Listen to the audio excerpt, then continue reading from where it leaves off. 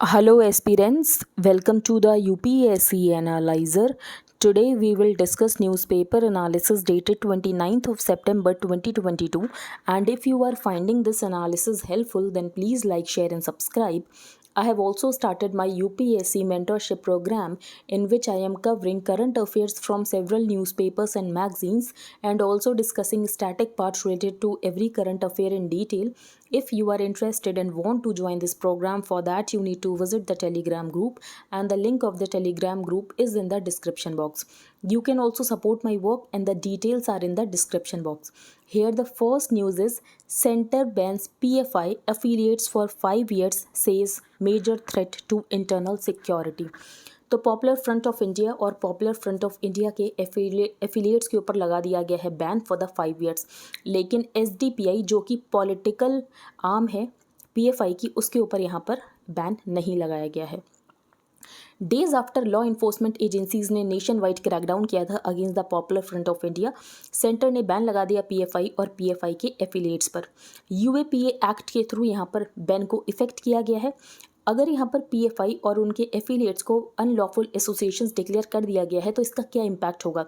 तो इसका इम्पैक्ट ये होगा कि जो इनके बैंक अकाउंट्स हैं उनको फ्रीज कर दिया जाएगा, जो इनके एसेट्स हैं उसको सीज कर दिया जाएगा। बेसिकली जो इनकी फंडिंग और एक्टिविटीज़ है वो पूरी तरीके से रुक जाएगी।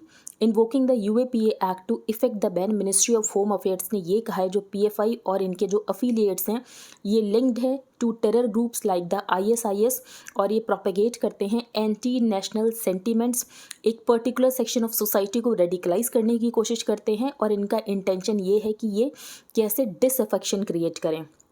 फिर यहाँ पर यूएपीए के अंतर्गत पीएफआई को यहाँ पर डिक्लेयर कर दिया गया है as unlawful association. The MHA declared the PFI an unlawful association. इसके अलावा पीएफआई के जो भी एसोसिएट्स हैं, for example rehab India foundation, campus front of India, लेकिन जो पॉलिटिकल आर्म है पीएफआई की एसडीपीआई, उसके ऊपर बैन नहीं लगाया गया है। Section 10 of the UAPA criminalise करता है कि अगर कोई भी यहाँ पर मेंबरशिप लेता है बेंट ऑर्गेनाइजेशन की, तो कोई भी अगर मेंबर बनता है पीएफआई का तो उसको यहाँ पर 2 साल का जेल टर्म हो सकता है, जो कि एक्सटेंड भी हो सकता है टू लाइफ इम्प्रिजनमेंट। इसके अलावा डेथ भी दी जा सकती है इन सर्टेन सर्कमस्टांसेस। तो सेक्शन 10 डील करता है of the UAPA criminalizes membership of a bent organization. Section 7 of the UAPA power देता है गवर्नमेंट, क्योंकि गवर्नमेंट यहाँ पर प्रोहिबिट कर सकती है use of funds by any unlawful association. Section 8 यहाँ पर पावर देता है सेंटर को टू नोटिफाई एनी प्लेस जो सेंटर के ओपिनियन में is used for the purpose of such unlawful association. Terror links, training sites, targeted killings. तो according to the MHA document जो यहाँ पर रिकवरी हुई है from PFI members over the years, तो इसमें ये मटेरियल है कि कैसे यहाँ पर आईईडी बनाया जाता है। इसके अलावा इनका मिशन 2047 है जिस पे इनका मिशन ये है कि इंडिया को इस्लामिक स्टेट बनाना है। A document containing material on converting India into a Islamic state. The PFI और जो पीएफआई की फ्रंट ऑर्गेनाइजेशन है द डॉक्यूमेंट स्टेट्स, तो यहाँ पर जो पीएफआई की प्रेजेंस है वो 17 स्टेट्स में है and the organisation encouraged its cadre कि ऐसे एक्शंस लो that were prejudicial to the maintenance of peace and harmony between different religious groups. इसके अलावा यहाँ पर केरला से जो पीएफआई के एक्टिविस्ट हैं उन्होंने इस्लामिक स्टेट को ज्वाइन किया है और उन्होंने टेरर एक्टिविटीज़ में भी पार्टिसिपेट किया था in Syria, Iraq and Afghanistan. तो आप कह सकते हैं कि पीएफआई की यहाँ पर इंटरनेशनल प्रेजेंस भी है। नेक्स्ट हम आगे चलते हैं। ASI reports Ajanta era Buddhist caves other remains in tiger reserve. ये कौन से टाइगर रिजर्व की बात हो रही है? तो ये बात हो रही है बांधवगढ़ टाइगर रिजर्व की, जो कि एमपी में है। आर्कियोलॉजिकल सर्वे ऑफ इंडिया ने रिपोर्ट किया कि बुद्धिस्ट केव्स मिली हैं इन मध्य प्रदेश बांधवगढ़ टाइगर रिजर्व। अब ये जो बुद्धिस्ट केव्स हैं ये बिलोंग करती है महायाना सेक्ट को और ये होंगी उसी पीरियड के दौरान जब यहाँ पर अजंता केव्स हैं। These findings would approximately date back to the same time as the Ajanta caves in Maharashtra. Ajanta caves UNESCO world heritage site हैं। तो these caves belong to the Mahayana sect of Buddhism and these caves date back to the time between 2nd century BC and 5th century BC। अब हम next news पर चलते हैं। इन season of festivals government ने extend कर दी है free grain scheme by 3 months. प्रधानमंत्री गरीब कल्याण अन्न योजना को 3 महीने का एक्सटेंशन दे दिया गया है। तो बेसिकली ये स्कीम दिसंबर एंड तक यहाँ पर चलने वाली है। प्रधानमंत्री गरीब कल्याण योजना उस समय कोविड डिस्ट्रेस को दूर करने के लिए लॉन्च की गई थी, जिसमें यहाँ पर एडिशनल 5 किलोग्राम फूड ग्रेन्स दिया जा रहा है पर person in a month over and above their entitlement under the act. तो एनएफएसए में जो मिलता है वो तो मिलेगा ही, लेकिन यहाँ पर additional 5 kilogram food grains per person in a month under Pradhan Mantri Garib Kalyan Anna Yojana beneficiaries of the national food security act 2013 are entitled to 5 kilogram food grains per person in a month over and above their entitlement under the act. तो इस scheme को extend कर दिया गया है सिर्फ 3 महीने के लिए। तो इसका भी रीज़न है इकॉनमी पेज पर कि सिर्फ 3 महीने के लिए ही क्यों एक्सटेंड किया गया। नेक्स्ट है lieutenant general Anil Chauhan former chief of eastern command is new CDS। The government announced Wednesday it was appointing Lieutenant General Anil Chauhan as the new CDS। इसके अलावा ये फंक्शन करेंगे as secretary to the government of India and department of military affairs. तो ये बस यहाँ पर important news है फर्स्ट पेज पर। तो फर्स्ट इंपॉर्टेंट न्यूज़ ये थी कि PFI के ऊपर बैन लगा दिया गया है। उसके अलावा हमने UAPA के कुछ सेक्शंस डिस्कस की, फॉर एग्जांपल 7, 8 एंड 10। प्रधानमंत्री गरीब कल्याण योजना को यहाँ पर 3 महीने के लिए एक्सटेंड कर दिया गया है। फिर यहाँ पर नए CDS कौन है ये हमने डिस्कस कर लिया। अब हम आगे चलते हैं। बांधवगढ़ टाइगर रिजर्व, ये भी आपको पता होना चाहिए कहाँ पर है। Rediscovery of the south caught between an existential east west conflict of major powers. तो यहाँ पर जो यूक्रेन रशिया क्राइसिस है, क्राइसिस ऑफ मल्टीलेटरलिज्म, इसके अलावा मेजर इकोनॉमीज में स्लो डाउन देखने को मिल रहा है। ऐसे में प्रेसिडेंसी आने वाली है G20 की इंडिया के पास। तो इंडिया यहाँ पर परसीव कर रहा है कि इंडिया यहाँ पर वॉइस बन सकता है ग्लोबल साउथ की। तो India is being perceived as the voice of global south.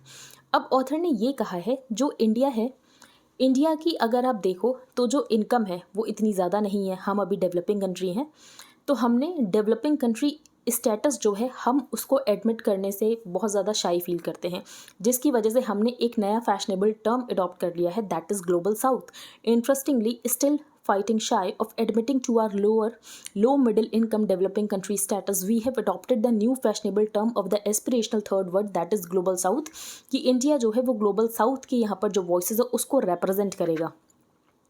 Global south solidarity has always been with us, it's part of our DNA। The fact however is that over the past 2 decades India यहाँ पर busy है कि India यहाँ पर rising leading major power status है India के पास with its impressive economic rise, जो कि हमें 1990 से मिड 2010s में देखने को मिली। इंटरेस्टिंगली हम यहाँ पर एडमिट नहीं करना चाहते हैं कि हम एक low middle income developing country है। तो बेसिकली ऑथर का ये कहना है कि हमने एक फैशनेबल टर्म अडॉप्ट कर लिया है, दैट इज़ ग्लोबल साउथ। फिर यहाँ पर G77 की बात की गई है। तो G77 का इंडिया एज सच कोई एक्टिव मेंबर नहीं है आजकल। तो consider the fact that India has been largely inactive in what many in the Indian foreign policy commentariat regard as a moribund organisation, that is G77। तो India ने G77 की meeting host की थी new Delhi in the 1980s। Pakistan ज़्यादा active है इस group में। तो इंडिया कहाँ पर एक्टिव है? तो इंडिया आपको SCO में एक्टिव दिख जाएगा, G7+ में, ब्रिक्स में, SCO में, and trilaterals quadrilaterals like Quad, Russia, India, China and I2U2। Several factors seem to have contributed to change in Indian official outlook। अब हमारा ऑफिशियल आउटलुक क्यों चेंज हुआ है? जो यहाँ पर बिग 5 कंट्रीज़ हैं, US, Russia, China, France and UK, अब इनकी बहुत ज़्यादा अनविलिंगनेस है कि ये UN गवर्नेंस को रिफॉर्म करना चाहते ही नहीं है। ये वीटो पावर किसी और कंट्री को देना चाहते ही नहीं है। ये UNSC की परमानेंट मेंबरशिप किसी और कंट्री को नहीं देना चाहते हैं। And let India into the UNSC despite occasional endorsement of India's claim. तो US इस बात को इंडोर्स कर देगा, फ्रांस इस बात को इंडोर्स कर देगा, चाइना तो पब्लिकली ये कहता है कि यहाँ पर इंडिया को परमानेंट मेंबरशिप नहीं मिलनी चाहिए UNSC की। Second, western de globalisation and disinterest in reform of multilateral financial and trade organisations. इसके अलावा फाइनेंशियल जो ऑर्गेनाइजेशंस हैं उनमें भी रिफॉर्म नहीं हो रहा है। Third, failure on the part of the US, EU, China and Japan to address the problem of जो यहाँ पर एक्सटर्नल डेट बर्डन इंक्रीज हो रहा है ऑफ डेवलपिंग कंट्रीज। चौथी प्रॉब्लम है यहाँ पर क्लाइमेट चेंज की। एंड फाइनली यहाँ पर जो ईस्ट वेस्ट पावर स्ट्रगल हमें देखने को मिल रहा है रशियाज इन्वेजन ऑफ यूक्रेन के बाद। In the early days of the east west conflict ये सोचा गया था कि इंडिया के यहाँ पर US के साथ भी अच्छे रिलेशंस है, रशिया के साथ भी अच्छे रिलेशंस है, तो इंडिया बेसिकली यहाँ पर एक ग्लोबल प्लेयर बनकर आ सकता है और इंडिया यहाँ पर इंटरलॉक्यूटर का काम कर सकता है, लेकिन एलास ऐसा नहीं हुआ। नीदर व्लादिमीर पुतिन ने यहाँ पर प्राइम मिनिस्टर नरेंद्र मोदी की एडवाइस सुनी, ना ही यहाँ पर जोसेफ बाइडन ने। Huge economic cost imposed on developing countries by the economic consequences, क्योंकि यहाँ पर जो ऑयल के प्राइसेस है वो यहाँ पर बढ़ गए हैं, इन्फ्लेशन आ गया है, एग्रीकल्चर कमोडिटीज़ के प्राइसेस बढ़ गए हैं। It is at the time कि इंडिया को दिसंबर में G20 की प्रेसिडेंसी मिलने वाली है। Host country Indonesia has tried to bring all sides together, लेकिन जो यूक्रेन वॉर का यहाँ पर स्टेट था, ऐसे में जो इंडोनेशिया है वो भी किसी तरीके का डायलॉग नहीं करवा पाया। फिर यहाँ पर ये बताया गया है कि अगर G20 यहाँ पर स्टाइमीड है by the east west conflict, लेकिन बेसिकली हम यहाँ पर नॉर्थ साउथ डायलॉग तो करवा सकते हैं with 3 countries of the south, Indonesia, India और ब्राज़ील, जिनके पास यहाँ पर चार्ज होगा G20 का 2022 से लेकर 2024 तक। तो ये पीरियड ऑफर करता है an opportunity for north south issues. तो इंडिया का फोकस है कि मल्टीलेटरलिज्म होना चाहिए, इंटरनेशनल फाइनेंस और ट्रेड में यहाँ पर रिफॉर्म्स होने चाहिए, क्लाइमेट चेंज को लेकर यहाँ पर बात होनी चाहिए, डेवलपिंग कंट्री का जो एक्सटर्नल डेट है, energy and food prices, and so is a menu that was last serve in pre globalisation. तो हम एक लो मिडिल इनकम कंट्री हैं and seeking rapid economic development of India, and हम यहाँ पर वेल प्लेस्ड हैं कि हम यहाँ पर ग्लोबल साउथ की वॉइस बन सकते हैं। अगर हम यहाँ पर ग्लोबल साउथ की वॉइस बनने की बात कर रहे हैं तो ऐसे में हमें बाकी डेवलपिंग कंट्रीज़ जो हैं वो हम पे ट्रस्ट भी करें। However India needs to regain the trust of other developing countries specially in Africa and South East Asia, और उनके इंटरेस्ट को अगर हमें स्पाउस करना है तो उनके ट्रस्ट को भी यहाँ पर गेन करने की ज़रूरत है। नेक्स्ट है आई ऑफ द स्टेट। तो यहाँ पर ड्राफ्ट टेलीकॉम बिल की बात की गई है। 2 डेकेड पहले एलिगेशंस ये लगे थे कि जो वीपी सिंह की गवर्नमेंट है वो यहाँ पर सर्विलांस करा रही है अगेंस्ट पॉलिटिशियंस। अब जो यहाँ पर नया ड्राफ्ट टेलीकॉम बिल लाया गया है वो यहाँ पर सरकार को बहुत ज़्यादा पावर देता है कि सरकार यहाँ पर सर्विलांस करा सकती है। The Supreme Court's direction are unlikely to remain the last reforms, और यूनियन गवर्नमेंट ने पब्लिश किया है ड्राफ्ट टेलीकम्युनिकेशन बिल 2022 जो कि रिप्लेस करेगा टेलीग्राफ एक्ट 1885 को। Telegraph act contains broad and excessive power of interception और सर्विलांस, और ये पावर यहाँ पर मिलेगी सरकार को। जो सर्विलांस पावर है it is principally contained under section 5 clause 2, और ये सेम क्लॉज आपको मिल जाएगा जो ड्राफ्ट टेलीकम्युनिकेशन बिल 2022 का है। तो this same provision is being replicated today almost two the word under the proposed clause 24 clause 2 of the telecommunication bill 2022, और इसके अलावा ये जो प्रपोज्ड क्लॉज है ये एक्सटेंड होता है ओवर द टॉप सर्विसेज जो कि यहाँ पर टेलीकम्युनिकेशन सर्विसेज प्रोवाइड करते हैं, for example WhatsApp, signal, Telegram, zoom.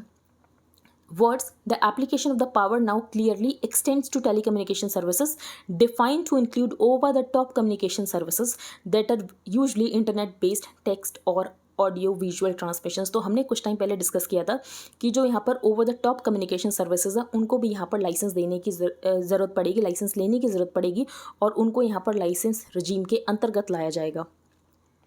Clause 24 clause 2 will lead to greater surveillance by making even personal conversations over OTT communication services available to law enforcement agencies।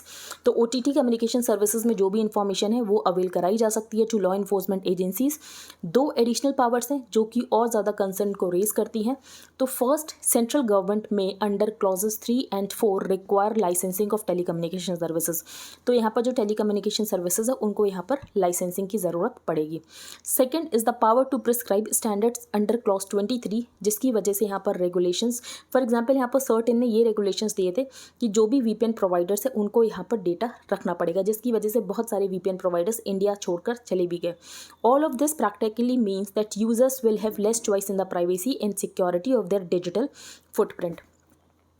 Clause 25 provides for extensive powers to the government including कि यहाँ पर जो government है वो control ले सकती है, operation को सस्पेंड कर सकती है ऑफ टेलीकम्युनिकेशन सर्विसेज। क्या रीजंस हो सकते हैं? नेशनल सिक्योरिटी का रीज़न, और नेशनल सिक्योरिटी कहीं पर भी डिफाइन नहीं की गई है।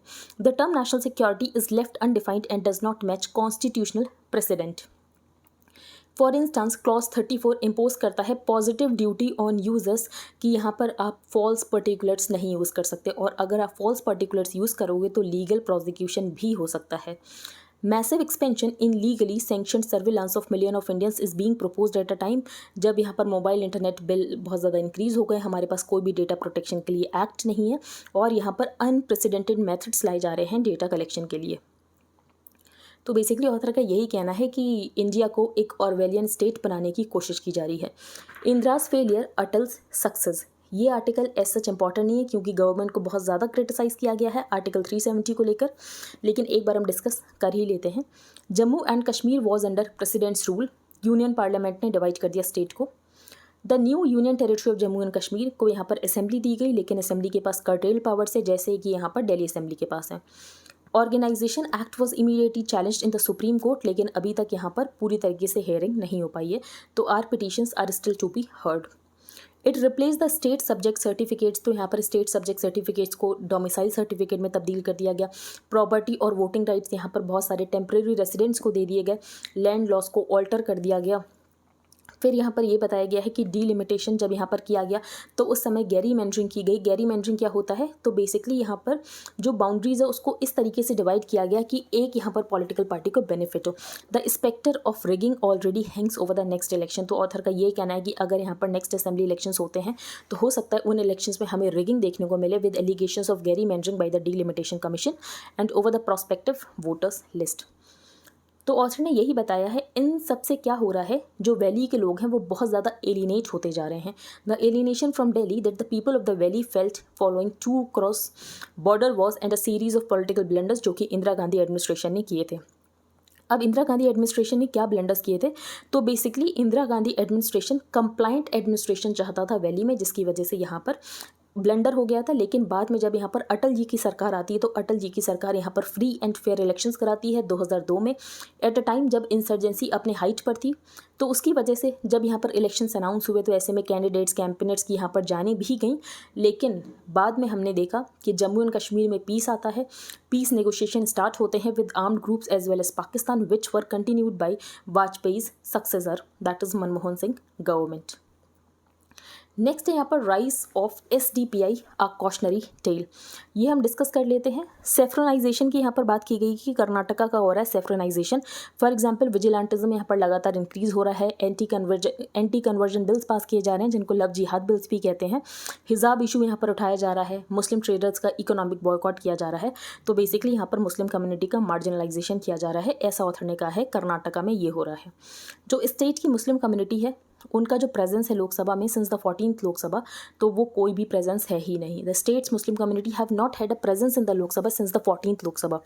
224 सीट्स हैं कर्नाटक के 16th असेंबली में, और इसमें से 3% जो है वो है मुस्लिम कम्युनिटी के पास, जबकि मुस्लिम कम्युनिटी की जो पॉपुलेशन है that is 13% of the states population. तो आप कह सकते हैं कि मुस्लिम कम्युनिटी जो है वो कर्नाटका की असेंबली में भी अंडर रिप्रेजेंटेड है। फिर यहाँ पर बात की गई है कि जो डेमोक्रेटिक पार्टी ऑफ इंडिया है, social democratic party of India, जो PFI का पॉलिटिकल आर्म है। PFI अब एक बैंड ऑर्गेनाइजेशन है, लेकिन SDPI के ऊपर बैन नहीं लगाया गया है। तो SDPI को कुछ इलेक्टोरल सक्सेस मिली थी इन कर्नाटका कोस्टल बेल्ट, लेकिन ये नहीं कह सकते हैं कि लोग SDPI के लिए वोट करेंगे क्योंकि PFI के ऊपर लग गया है ban. But enforcement agencies have crack down on the parties member. The National Investigation Agency and the Enforcement Directorate have conducted raids in more than 10 states. और यहाँ पर लगभग 100 एक्टिविस्ट को अरेस्ट किया गया है फ्रॉम द SDPI, लेकिन SDPI के ऊपर बैन नहीं लगाया गया। तो हो सकता है कि इसकी वजह से मुस्लिम वोटर्स डिसवेट हो जाएं कि ये जो है SDPI ये तो टेरर के साथ इन्वॉल्व है, तो हो सकता है इसको नहीं भी वोट करें। लेकिन हो सकता है कि कंट्रेरी में जो वोटर्स हैं वो यहाँ पर सॉलिडारिटी दिखाएं विद द इम्बेटल्ड आउटफिट। तो ये तो देखने वाली बात है कि आगे क्या होगा। अब हम आगे चलते हैं। Emergency response phase since Galwan incident over. तो यहाँ पर इंडिया चाइना जो बॉर्डर इशू था वो यहाँ पर काफ़ी हद तक सॉल्व हो चुका है। तो चाइना के एनवॉय का यही कहना है जो इमरजेंसी रिस्पांस फेज़ है वो यहाँ पर ख़त्म हो चुका है। इंडिया और चाइना में डिफरेंसेस थे कि कैसे रिलेशनशिप को आगे प्रोसीड किया जाए। न्यू दिल्ली ने ये मेंटेन किया कि जब तक यहाँ पर बॉर्डर की सिचुएशन नॉर्मलाइज नहीं हो जाती तब तक बाईलेटरल टाइज नॉर्मल नहीं हो सकते। बीजिंग का ये कहना था कि बॉर्डर सिचुएशन को अलग रखो और बाईलेटरल रिलेशंस को अलग रखो, लेकिन इंडिया ने बोला ऐसा नहीं हो सकता, पहले बॉर्डर सिचुएशन को नॉर्मलाइज होना पड़ेगा, उसके बाद ही बाईलेटरल रिलेशंस एज यूजुअल हो पाएंगे। तो Beijing has always said that the border situation should be managed in a proper way without allowing them to disturb the overall development of bilateral relations. बाकी यहाँ पर अब ये चाइनीज़ जो ambassador इनका ये कहना है कि इंडिया को यहाँ पर तिब्बत रिलेटेड इश्यूज़ और ताइवान को लेकर चाइना के कोर इंटरेस्ट को समझने की ज़रूरत है। तो ये पहली बार है कि यहाँ पर जो चाइना है वो लिंक कर रहा है ताइवान और तिब्बत को इंडिया के साथ जो बॉर्डर इशू है उसके साथ। Sun has also linked the Taiwan question and the Tibet related issues by expressing hope that India can properly handle issues related to China's core interest. This is a significant framing as Beijing for the first time. तो यहाँ पर जो red line है उसको link किया गया है on Taiwan with the India China border situation. तो गोगरा हॉट स्प्रिंग एरियाज़ में यहाँ पर डिसएंगेजमेंट हो चुका है, यहाँ पर जो सिचुएशन है काफ़ी स्टेबल हो चुकी है। इंडिया ने बेसिकली यहाँ पर क्लियर कर दिया है कि बिजनेस एज यूजुअल तभी हो सकता है जब यहाँ पर 3 म्यूचुअल्स के ऊपर काम होता है, mutual sensitivity, mutual respect and mutual interest. अब हम आगे चलते हैं। Jaishankar Sullivan discuss India US ties Indo Pacific. तो ये हम डिस्कस कर चुके हैं इंडो पैसिफिक पहले ही। यहाँ पर अटॉर्नी जनरल ऑफ इंडिया कौन बने हैं? 16th AG of India. The centre on Wednesday notified the appointment of senior advocate R Venkata Ramani as the 16th AG for India. तो ये यहाँ पर सक्सीड करेंगे के वेणुगोपाल को। एजी का चैप्टर आप पढ़ लेना, लक्ष्मीकांत से 1 पेज का ही चैप्टर है। नेक्स्ट, बंगाल गवर्नमेंट्स दुआरे राशन लीगली वॉइड। अब ये दुआरे राशन क्या स्कीम थी? तो बेसिकली यहाँ पर जो राशन है वो बेनिफिशियरीज़ के डोर स्टेप तक पहुँचाया जाएगा। तो ये यहाँ पर स्कीम थी, लेकिन इसको हाई कोर्ट ने कहा कि ये लीगली वॉइड है। Calcutta high court on Wednesday rule that the Duare ration scheme of the West Bengal ये अल्ट्रा वायस है to the national food security act और ये लीगली वॉइड है। The state has transgressed the limit of delegation by obligating the fair price shop dealers कि इनको यहाँ पर ration distribute करना है to the beneficiaries at their doorstep। तो ये कुछ भी करना है तो यहाँ पर अमेंडमेंट किया जाएगा by the union government। It's that only if the NFS Act is amended by the union government तभी ये किया जा सकता है doorstep delivery of food grains to beneficiaries। तो इसीलिए इसको यहाँ पर लीगली वॉइड कह दिया है कलकत्ता हाई कोर्ट ने। अब हम आगे चलते हैं। तो ये जो आप देख सकते हैं एक्सप्रेस नेटवर्क पे सिर्फ एक ही न्यूज़ इंपॉर्टेंट है जो कि हम डिस्कस करेंगे लंपी से रिलेटेड, बाकी सब यहाँ पर PFI से रिलेटेड न्यूज़ है। Lumpy skin disease worry over vaccine duopoly. Goat pox, sheep pox and lumpy skin disease virus same capripox virus को बिलोंग करते हैं। Goat pox, sheep pox and lumpy skin disease viruses belong करते हैं to the same capripox virus genus. The vaccines developed for the first 2 are already being commercial used. लेकिन ये यहाँ पर 60 to 70% he protection provide करते हैं against lumpy skin disease. Lumpy skin disease के लिए इंडिया ने यहाँ पर इंडिजिनस वैक्सीन बना ली है। Next, speaker can't take away XMLA status when deciding on disqualification. 10th schedule of the constitution में स्पीकर के पास पावर होती है कि स्पीकर यहाँ पर डिसाइड करेंगे ऑन डिस्क्वालिफिकेशन। अब यहाँ पर क्या होता है, जो स्पीकर हैं वो यहाँ पर XMLA का स्टेटस भी ले लेते हैं। तो अगर यहाँ पर XMLA का स्टेटस ले लिया तो उसका मतलब ये है जो पेंशन बेनिफिट्स हैं वो भी MLA को नहीं मिल पाएंगे। तो यहाँ पर सुप्रीम कोर्ट ने ये कहा है कि जो स्पीकर है वो यहाँ पर फॉर्मर MLA का स्टेटस नहीं ले सकते हैं। The speaker of a legislative assembly does not have the power to take away the status of former MLA while deciding a disqualification plea against the law maker under the 10th schedule of the constitution. तो ये Supreme Court ने rule किया है। Crown prince Mohammed bin Salman को prime minister name कर दिया गया है। तो रशिया ने यहाँ पर रेफरेंडम कराया और रशिया अब ऑक्यूपाइड यूक्रेनियन टेरिटरीज़ को करेगा एनेक्स। तो कौन कौन सी यहाँ पर टेरिटरीज़ हैं? Ukraine's, Donetsk, Kherson, Luhansk and Zaporizhzhia. EU for united response if energy lines hit as firms ramp up security. तो यहाँ पर यूरोपियन यूनियन ने यही कहा है जो यहाँ पर under water natural gas pipelines को डैमेज हुआ है और उनको यहाँ पर साबोटाज किया गया है। तो यहाँ पर यूरोपियन यूनियन ने यही कहा है कि यूरोपियन यूनियन यहाँ पर रिटेलिएशन करेगा। Alzheimer's drug slows cognitive decline. अब अल्जाइमर क्या होता है? तो बेसिकली यहाँ पर अल्जाइमर जो है वो अटैक करता है ब्रेन जो कि ज़रूरत होता है मेमोरी के लिए।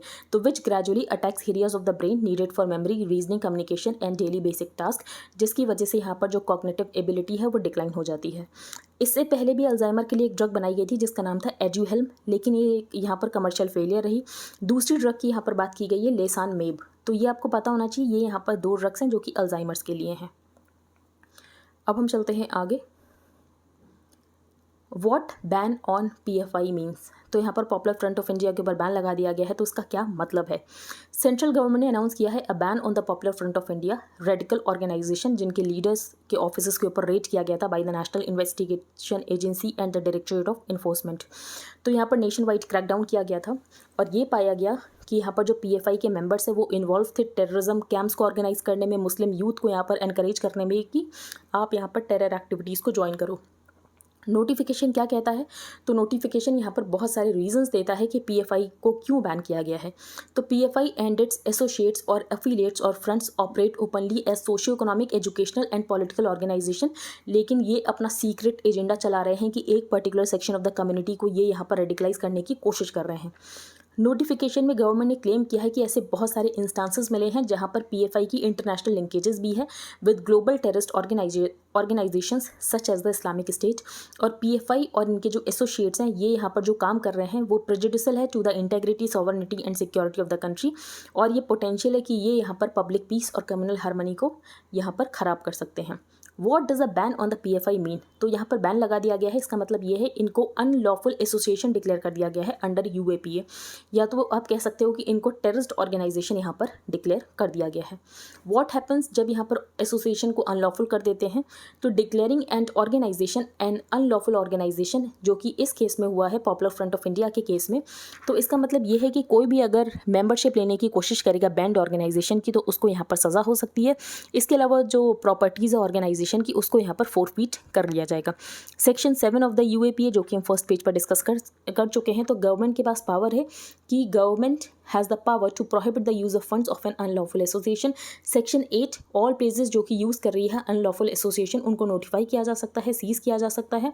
The law allows any person aggrieved bye a prohibitory order कि वो 15 दिनों के अंदर अंदर यहाँ पर एप्लीकेशन दे सकता है टू द डिस्ट्रिक्ट जज within the local limits. Now what is the process to declare an association unlawful? तो section 4 of the UAPA government mandated है कि इस नोटिफिकेशन को भेजा जाएगा to the unlawful activities prevention tribunal within 30 days, और इस ban को यहाँ पर रेटिफाई कराया जाएगा बाय द यूएपीए ट्रिब्यूनल। अब हम डिस्कस करेंगे यूएपीए ट्रिब्यूनल काम कैसे करती है। पॉपुलर फ्रंट ऑफ इंडिया को डिक्लेयर कर दिया गया है an unlawful association under the UAPA by the centre, और यहाँ पर अब इसके पास ऑप्शन है कि ये अपने केस को प्रेजेंट कर सकती है बिफोर द ट्रिब्यूनल, जो कि गवर्नमेंट नोटिफिकेशन को यहाँ पर कंफर्म करेगी कि बैन को यहाँ पर कंटिन्यू किया जा सके।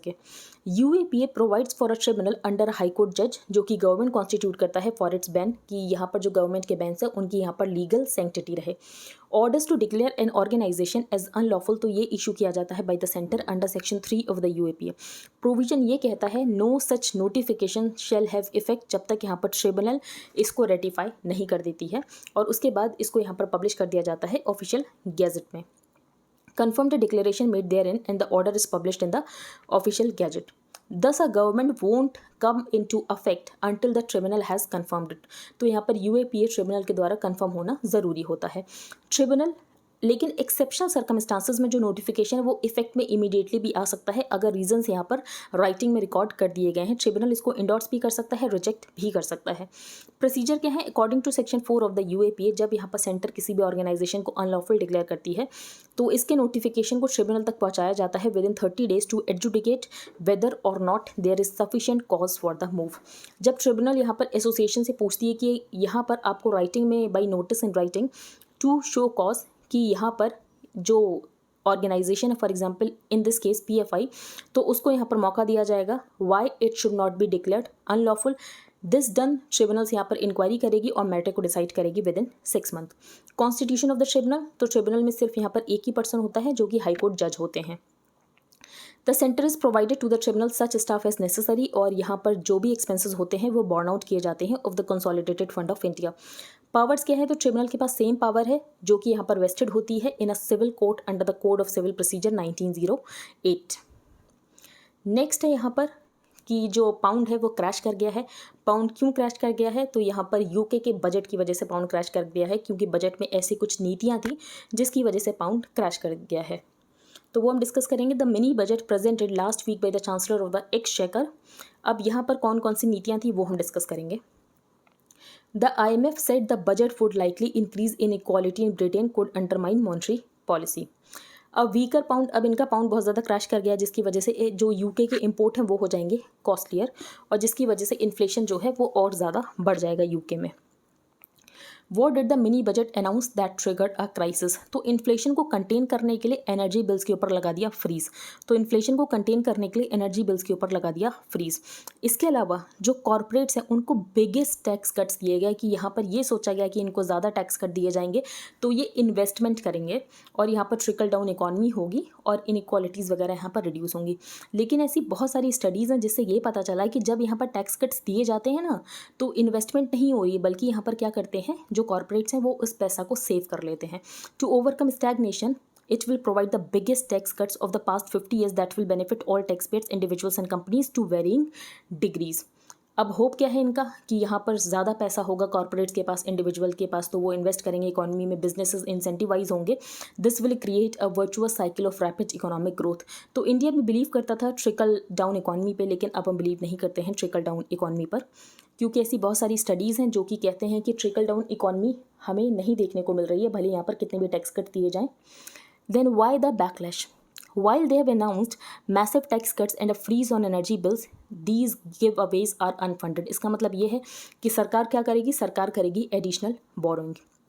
अब सरकार यहाँ पर मार्केट से करेगी बहुत ज़्यादा एडिशनल बोरोइंग।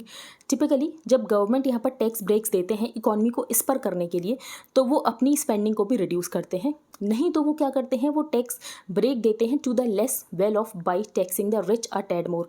ये किया जाता है, तो बोरोइंग को एज सच इतना ज़्यादा इंक्रीज नहीं किया जाता है। But the UK's economy has been stagnant for almost 15 years. तो यूके में इन्वेस्टर्स नहीं आने वाले हैं, यूके को वैसे ही ट्रीट किया जाएगा जैसे किसी डेवलपिंग कंट्री को किया जाता है। Under the circumstances the markets are treating the UK like any emerging economy such as India and punishing it by demanding higher interest rate. अब यूके गवर्नमेंट ने ये क्लेम किया था कि टैक्स कट होगा, जिसकी वजह से यहाँ पर मैसिव सर्ज होगा in economic activity, for example GDP यहाँ पर इंक्रीज होगी, जिसकी वजह से यहाँ पर जो डेट टू जीडीपी रेशियो है वो यहाँ पर होगा कम। Bank of England has been raising interest rate to curb consumption and inflation. तो जैसे हमारा आरबीआई वैसे ही बैंक ऑफ इंग्लैंड है, जो कि लगातार इंटरेस्ट रेट को इंक्रीज़ कर रहा है कंजम्पशन को कर्ब करने के लिए और इन्फ्लेशन को यहाँ पर कर्ब करने के लिए। अब इस पूरी क्राइसिस के बाद बैंक ऑफ इंग्लैंड ने कैसे रिस्पॉन्ड किया है? तो बैंक ऑफ इंग्लैंड का पहले प्लान ये था कि ये जो है ये गिल्ड्स को बेचेंगे, और जिसकी वजह से यहाँ पर जो पैसा है उसको मार्केट से लाया जाएगा, और जिसकी वजह से इन्फ्लेशन को यहाँ पर कंट्रोल किया जाएगा। लेकिन अब इस पूरी क्राइसिस के बाद अभी इन्होंने डिसाइड किया है कि ये गिल्ड्स को बेचेंगे नहीं, बल्कि गिल्ड्स को खरीदेंगे। तो Bank of England buying guilds releases money in the economy, जिसकी वजह से इन्फ्लेशन को जो ये काउंटर करने की कोशिश कर रहे थे, मार्केट में इन्फ्लेशन हो जाएगा increase. However this you turn militates against the Bank of England's goal to bring down inflation. तो यहाँ पर क्या नीतियाँ थी वो हमने डिस्कस कर लिया कि यहाँ पर जो एनर्जी के प्राइजेज हैं उनको ऊपर यहाँ पर फ्रीज कर दिया जाएगा। उसके अलावा यहाँ पर टैक्स कट्स दिए गए हैं to the individuals and companies. Next है strained fiscal math limits food grain scheme extension to only 3 months. तो फर्स्ट पेज पर हमने डिस्कस किया था कि प्रधानमंत्री गरीब कल्याण योजना को 3 महीने तक ही एक्सटेंड किया गया है। उसका ये रीज़न है कि उससे ज़्यादा अगर एक्सटेंड किया जाता तो जो गवर्नमेंट की बजट लेवल ऑफ बोरोइंग है वो यहाँ पर ओवरशूट कर जाती। ओरेकल के ऊपर यहाँ पर फाइन लगा दिया गया है। अब यहाँ पर सिक्योरिटीज़ एक्सचेंज कमीशन जो कि यूएस की है, उसने ओरेकल को फाइन किया है मोर देन $23 मिलियन, क्योंकि ये पाया गया कि इन्होंने वॉयलेट किए हैं provisions of the foreign corrupt practices act. जब इनकी सब्सिडरीज इंडिया, टर्की और यूएई में इन्होंने स्लश फंड्स को यूज़ किया। ट्रस्ट फंड्स क्या होता है?